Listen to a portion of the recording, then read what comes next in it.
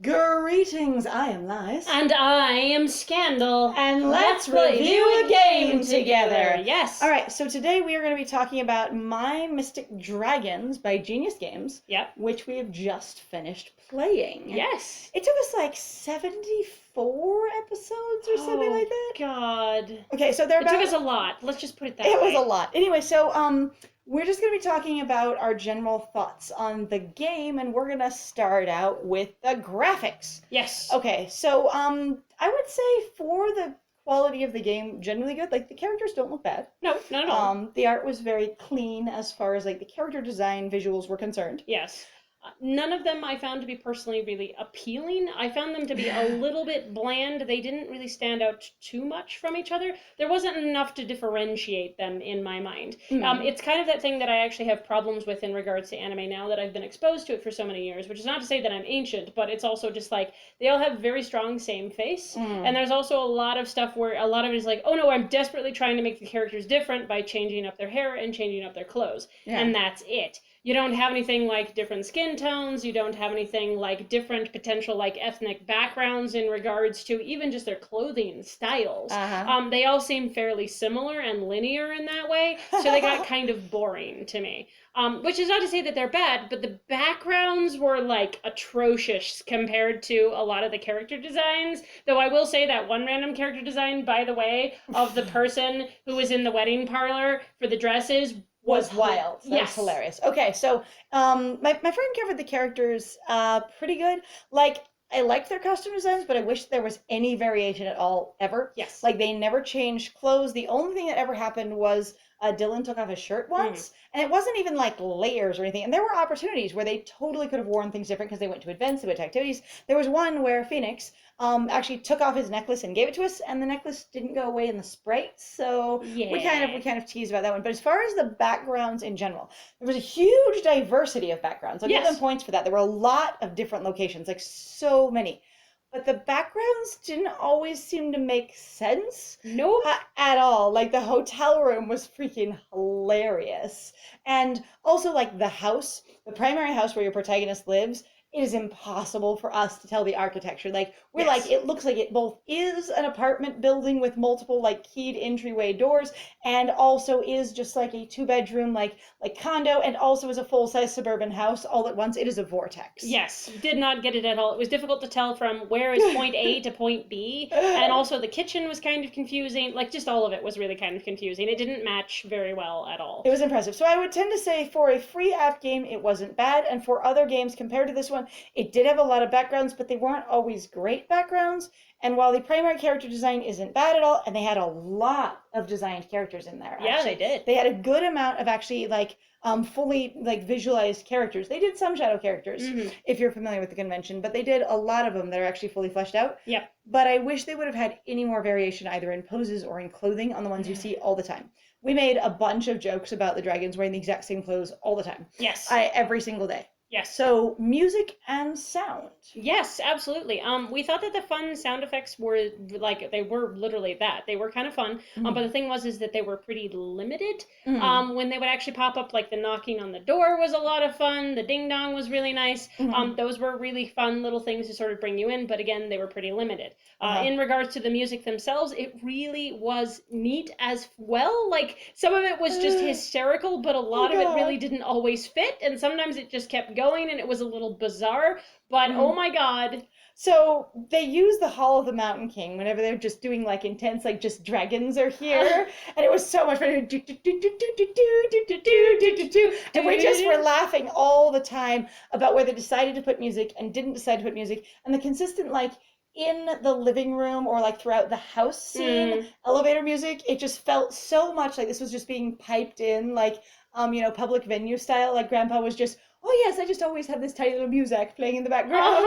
It was really weird. It was sort of funny. Okay, the meat of the story. Plot. The plot felt like a mess to me. Like, it started with a solid premise. Yep.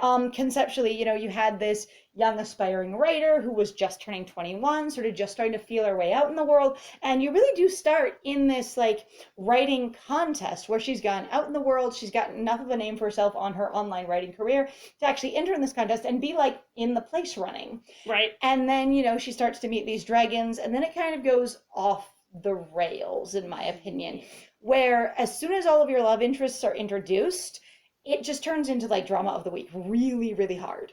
Like everything is incredibly episodic at that point, and none of it really seems to connect to itself. Like the bigger overall, like all the little individual plots seem to have no connection to the bigger plot. Right. Thoughts? And also actually at the same time too, with that, the important bits, like the fact about her tattoo and her parents doing stuff on the side that Oh, yeah. weren't even necessarily involved characters at all, are off over in that way, in that direction, doing that thing. And then as a result, a lot of it also was really confusing. Like the timelines were really baffling sometimes. It was. What they were doing with their time was sometimes really confusing. Like when she would go to work, it was really confusing. I mean, she in this way of the main character was like, just all of it just made no sense to me. Also, we didn't even know how old the dragons were, and that was baffling. Like just their overall plot and timeline was just out the door. So the world building was incredibly soft. Like there was barely any information at all. Yeah. And that, with no timestamps on anything, made it hard to keep track of what would otherwise be a really linear, straightforward plot, except for you kept running into things that were really aggressively time sensitive, and then we had no idea how much time had passed at all. And yeah, as my friend said, like the primary, like really important plot was this teeny little thing in the background that then just smacks you in the face at the end, like real hard. Which is fine, and that can work out really well in regards to the story. It was interesting, but it was also just like, that's the interesting bit, and that's the through line. I would have preferred, honestly, that we got more information about that. Yeah. All right, so characters. As far as our main character, or MC, is concerned, we were both pleasantly surprised that she was way more assertive than a lot that we've met. Yes. Without being too much of, I kind of want to say like an asshole. Yes. I would say now a lot of her choices were really strongly dichotomized, where I will either be an aggressive, mean shutdown, or I will be an absolute all-in yes. But in the cases where we didn't necessarily have a choice and we just listened to her talking, she did actually assert herself in things. She had a lot of opinions. She had things she cared about. Now they were handled inconsistently. Yes. And her passions and motivations were like dropped out completely in some places. And so that was a little rough, but there was a couple of positive things about her. And then unfortunately, the only way we were able to interpret it, how like she got shoved into some things and how passive she was about some stuff, is it seemed like she just went into like profound dissociation. Like after a while, sort of like trying to submit to her destiny, it seems like it just totally overwhelmed her into shutdown. Yeah, absolutely. Next is actually Rye.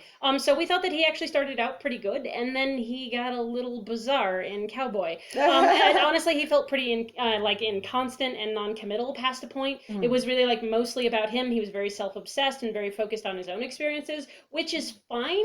You can have characters like that, but that didn't make him appealing like he had in the beginning. We'd both been like, oh, they're gonna make you mostly go towards Rye. And I think actually by the end, I decided that the main story was actually shoving you more towards Dylan. And as it went on, that was kind of the experience that I ended up having with it. So with Rye, for myself, he really did start out like it was going to be sort of a friends to romance kind of thing, because he showed himself to be familiar with your world, interested in your passions and your work specifically, and also familiar to some degree with you and who you were, at least your online presence. Right. And it really sounded like you guys were going to sort of connect on things you cared about and then sort of go from there. And they just sort of completely dropped that.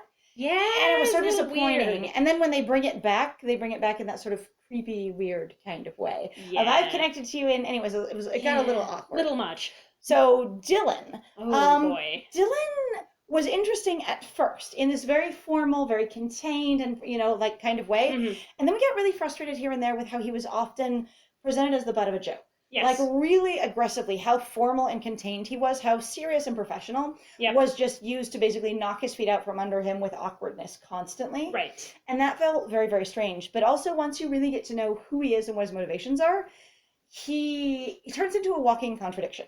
So you find out that he spent his entire life training to basically be with the main character. and yet almost all the time he seems to know nothing about her or her culture.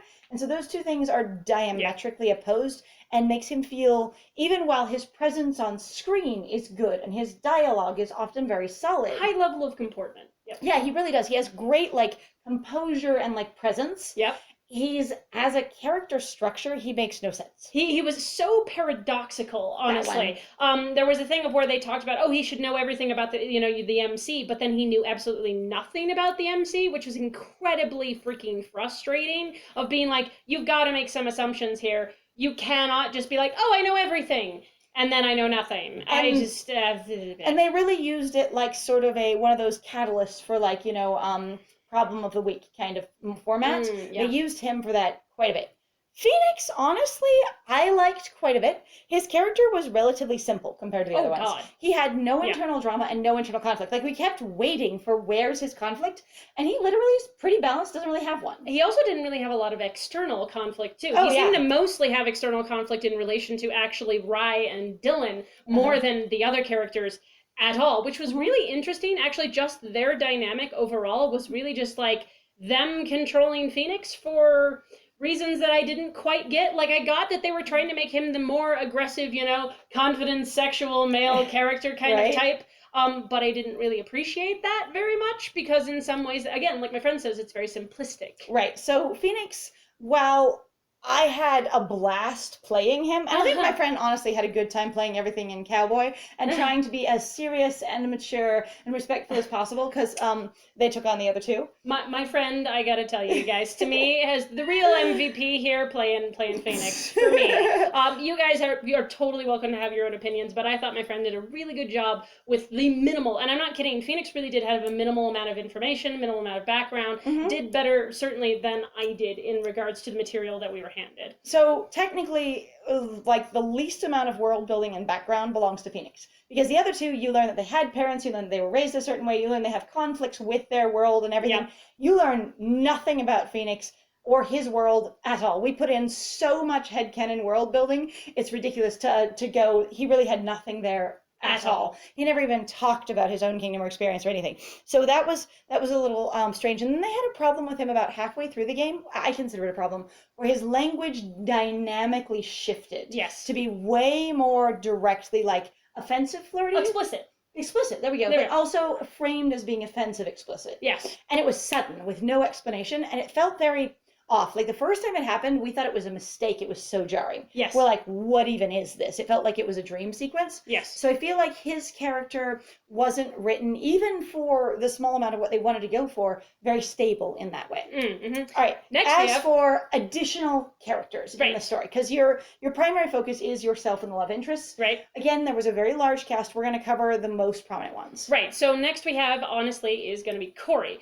Corey was honestly pretty frustrating as a character. We really liked the idea of what his character could go, but the fact that he was only used as basically a romantic conflict, or someone to spur on the romance or make more of the romance happen, was really frustrating. And also their relationship, I never got it, of going, we're best friends. I'm like, but you're literally like being extremely like derogatory towards each other. It's a problem that I have in Lily's garden with Lily.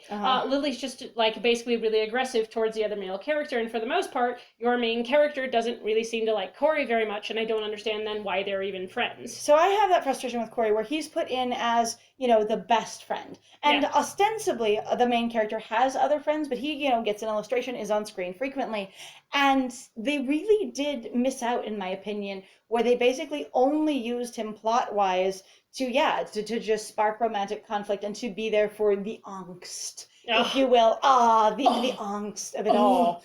Anyway, and so it felt like they could have done so much more with a best friend character, and also it sort of took away from the experience of your MC when it seemed like she doesn't know her best friend at all. So it gives this idea that either she doesn't connect well to people at all, which we had some really fun headcanons about, but in their primary like written plot, there's just not much there, and it was frustrating. Grandpa, the only really present like adult in your MC's life. Yes. Like the only one. Largely almost completely useless, honestly, as a character. Like, let's be honest here. Grandpa was kind of just there for the shits and giggles, which is why also I was just having so much fun with him being a shit, because I really just was like, for me, playing him was kind of like, what are they doing with this character? He doesn't seem to have much of a point or a purpose. He's there to basically instill a drama of the week, and then it's done. It never comes up again. Oh, he owns your business, but it's never really brought up. Like, it's just or It's your a business little of bit- employ, I right, should say, right. the place where you're employed. But it's He just has like, bleh. he has nepotism you into your job. Yes. I would say, but the weird thing is like he seems to only be there in reference to the primary plot of, oh, you're a dragon slayer princess. Mhm. Yes, I can confirm this for you, but that's not necessary because the dragon princes confirm it for you. Right? And so it's like you could have just been an adult living on your own at the age of 21, Right. and your grandpa was really unnecessary because he never exposits anything about dragon slayer culture or dragon slayer history. Like he really doesn't Nope. add anything. He honestly could be replaced with a lamp and there would be no difference. Like she could just live in that house by herself. She really could have. A large cast of extras, to be honest. There was, you had Mr. Fox, you had Rosemary. what's her name? You The had- mob boss. Oh, Nico. Nico. Nico, Yep. and then you had a good number of other people. Messengers, Rise parents. You Uh, had the elders, which was fun to play. Oh, it was. It We was had lovely. a great time with that. I would say you had an announcer, you had a neighbor girl show up, you had Yep. like a lot of people. All the people in the party. What was it, like Becky or Betty or whatever the heck it was? That party that you go humiliate Dylan at because they're Yeah, not the wearing pool party. clothes, Yeah, the pool that's the party. one. Anyway, so you Yep. meet neighbors, things like that. Like they illustrate a good amount of them and do shadows of another amount of them, and then have just a wide amount of people that show up fairly regularly. Oh, Mr. Stanley, the people in your cafe. Mhm, Yep, your you boss, have your all- coworkers, like so Yep. they're in the same way. There's a lot of backgrounds and a lot of environments. There is a large cast. Now I don't feel like they make as much use of them as they could. Nope. And again, most of them only seem to be there for drama of the week. Like Yeah. they primarily seem to be there as either a challenge to get through, and that's all this person is, or they just are here to again spark angst. It's the thing of large variety but little substance and very limited depth. That one. The characters really are only there to fuel your main character, or you, as it might be, in regards to, oh no, the romance might happen or could Might happen in not. a situation. Where will we go with the romance? Yep. Yeah. One notable mention is Rosemary, the only child character in the entire series, the only child that we even know exists in the entire series.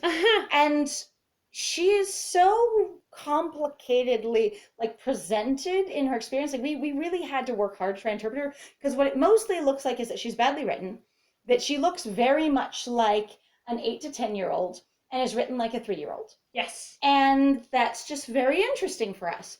Let's see. So parents. You actually do have parents in this game, ostensibly, but they are that huge background plot that you almost never run into, Yeah. and are basically only there to give your MC this occasional like shot of hopelessness or confusion. Yes. Basically feeling more and more disconnected. It's there going, you're right, you don't really have support, and even your parents can't really be there for you. And then the way they interact with the plot really aggressively near the end is just like, whoa. And the wrap up with their seeming tiny but character arc, their character arc, which lasted for them 21 years, and for us 3 phone calls. 3 to 5, I think. Somewhere actually, in there, yeah. It's a pretty limited number of interactions. But the end phone call dropped so many elements of the plot, and then was suddenly just like, and then family into the sunset, and it was really weird. And yet, at the same time, it also didn't do anything, because when we obviously went off on our ending, so if you don't know, obviously we've been talking about spoilers this whole time. We've been being a little soft about them. Yeah, a little bit soft about them, but what ended up happening was they apparently don't seem to have shown up at all, and we're more or less doing our own thing anyway. Yeah, so they promise to show up and come back, and then they never follow through, because your end game doesn't include them at all. Nope, not at all. All right, so my friend already mentioned it, but the cameo of the character from another game was the weirdest, most jarring thing ever. We didn't even know what it was at first. Very late game, you go into a bridal shop, and there is a completely different illustration with a totally different color palette, with an absolutely different style and presentation, Yep. and it is jarring. And while I can see that it could be interesting if you've played that other specific game. Right. Like for us, it was just confusing as hell, and we had to go look up what it was. Except that we couldn't find it, and actually we had somebody come in and tell us who it We was. had a lovely and wonderful commenter on our channel come and tell us that it was a cameo and what game it came from, and we are so appreciative. Yes, very much. And we All don't right. have that right now, but they are very much appreciated for sure. So I guess overall thoughts, my friend. All right. Pacing was all over the place and very, very drawn out by the end. Like it seemed like it dragged. There's this term in writing called sagging in the middle, Yes. where it just doesn't, not much happens to any importance. Very inflated, very bloated. Exactly. The whole story was just stretched out way more than it needed to be. And so again, while it started solid, it went off the rails really hard and seemed like they just forgot what to do, or Right. just kind of just shoved things in, because this is what happens in a story, and wouldn't it be fun if we had one of these? Right. So it felt very strange, and it also felt like it should have ended like 3 different times. Right. Well, and that's also the thing is that its consistency then was basically all over the place as well, and that actually hurts your engagement quite a lot. Yeah. And we were definitely very much hurt in a lot of ways for how this game wanted to basically portray itself. Mhm. I was deeply frustrated sometimes with how they were playing characters or how they were going through with the plot, if you even want to call it a plot sometimes, because I Yeah. was like, I've read 900 fan fictions that are like this, and I gotta tell you, I've read them and they've been better. Like this feels like a really weird coffee AU sort of story where, again, I was frustrated that your main character's biggest motivating thing, we're like, they're a writer, let's read their writing. We never see the writing really ever again. It's barely ever brought up, and basically after one point it's completely gone. Like it's sneezed off the end of the world and nobody cares. And the thing was, is that happened with a lot of things. Whenever something was really important right now, it would just never come up again. So for both of us, anytime we got invested in something and then realized it had been utterly dropped, and sometimes other things would even contradict it or work in, contrast to it, Right. we started losing engagement in a lot of places. So if we hadn't been playing this game for our channel, neither of us would have found this game very interesting or engaging. None of the premium themes were particularly valuable. Nope. Like a couple of the ones with Phoenix were pretty freaking hilarious, honestly. Yes. And we ended up deciding that he was a weird cinnamon roll, and it was kind of wild. And cinnamon with an S-I-N rather than C-I-N, I believe. But yeah. A little bit of both, honestly, because he's like, I am made of sex, and I will absolutely be super bold But about I'm it. also like really, into to consent and everything else. Like I really liked that. Like Yeah. he never pushed like sexual boundaries or like physical boundaries in a like assault kind of way at all. Mhm. Like he was in your face, but not like he really had good intentions, it felt Mhm. like. And again, when it came down to the wire, like he was never going to push his advantage. And that Yes. was interesting. Especially since your other boys honestly did in their premium, like each one of them, both in Yeah. a different way, did kind of like push their advantage or again their own agenda really kind of Yeah. aggressively. That was weird. So that was a very interesting contrast. But I would tend to say overall, this game, once you break it down and you're not just sort of like going through it for fluff and like I just want a story right now, doesn't have much to it. I didn't feel like it was a really meaningful story. I didn't feel like any of it was very clever at all. I didn't feel like at the beginning, I felt like it was going to be pretty good. I really did. I thought, hey, this game has so much going for it. And then it just really left me disappointed the way it went. Now, the very, very end, the ending we chose, Yes. was fascinating because it was different than many of the games we've played. Yes. And I won't even spoil that. But I really thought that was cool. Yeah. And I was surprised. Even as it missed a lot of elements, it was really interesting in that it was so different. Yes. Mhm. And I'm completely with you in regards to that. I just say like I really agree. If I was ever to play a game like this, I would put this game down. This is not a game I would really ever actively pursue on my own, but spoilers, I really don't like romance games, which is one of the reasons I think why this is actually really interesting for me to play, because it's trying to access basically what do other people find to be so important, or what could be valuable about basically playing this game, because it's clearly a game that people are enjoying. Why not spend some time with it and try to understand it? So for the two of us, we had a really interesting time because this isn't the type of game either of us play, approaching it and going, let's basically explore something new, and tearing apart basically what they have done and then what it would mean if you had to like say, what would make this work as far as world building is concerned, as far as like character motivations are concerned, as far as the storytelling and narrative, and even places where it had giant plot holes, trying to fill in, well, what would make this work, as well as trying to then figure out really our MC as a character all the way through, Right. and going, what kind of choices would make her be a really believable, consistent person, rather than just going, what choice looks interesting. Right. And both of us had a fun experience with that. And in the meantime, since that basically covers my thoughts on the thing. Yeah, no, actually, I think I pretty much agree with you, so I don't want to be super redundant at all. Okay. So, thank you very much, guys, actually, then for joining us, because that actually sort of just covers it all. Yeah. We really appreciate you spending time with us and going through this entire adventure with us on My Yes. Mystic Dragons. Woo! It's all done! Oh my god, it's so done! Holy shit, I want to die. And for everybody who went through the whole thing, it was so wonderful to hear your comments, to hear your thoughts on it, and to just go through this very much more lengthy than we expected journey. Yes. And the laughs were so good when we had them. They were genuine. Some of the episodes were a little bit challenging because we were just trying to find material because it was so sort of empty. Bland. Yeah, but in general, and we got a lot better at it as we went along, as we sort of found our stride in this game.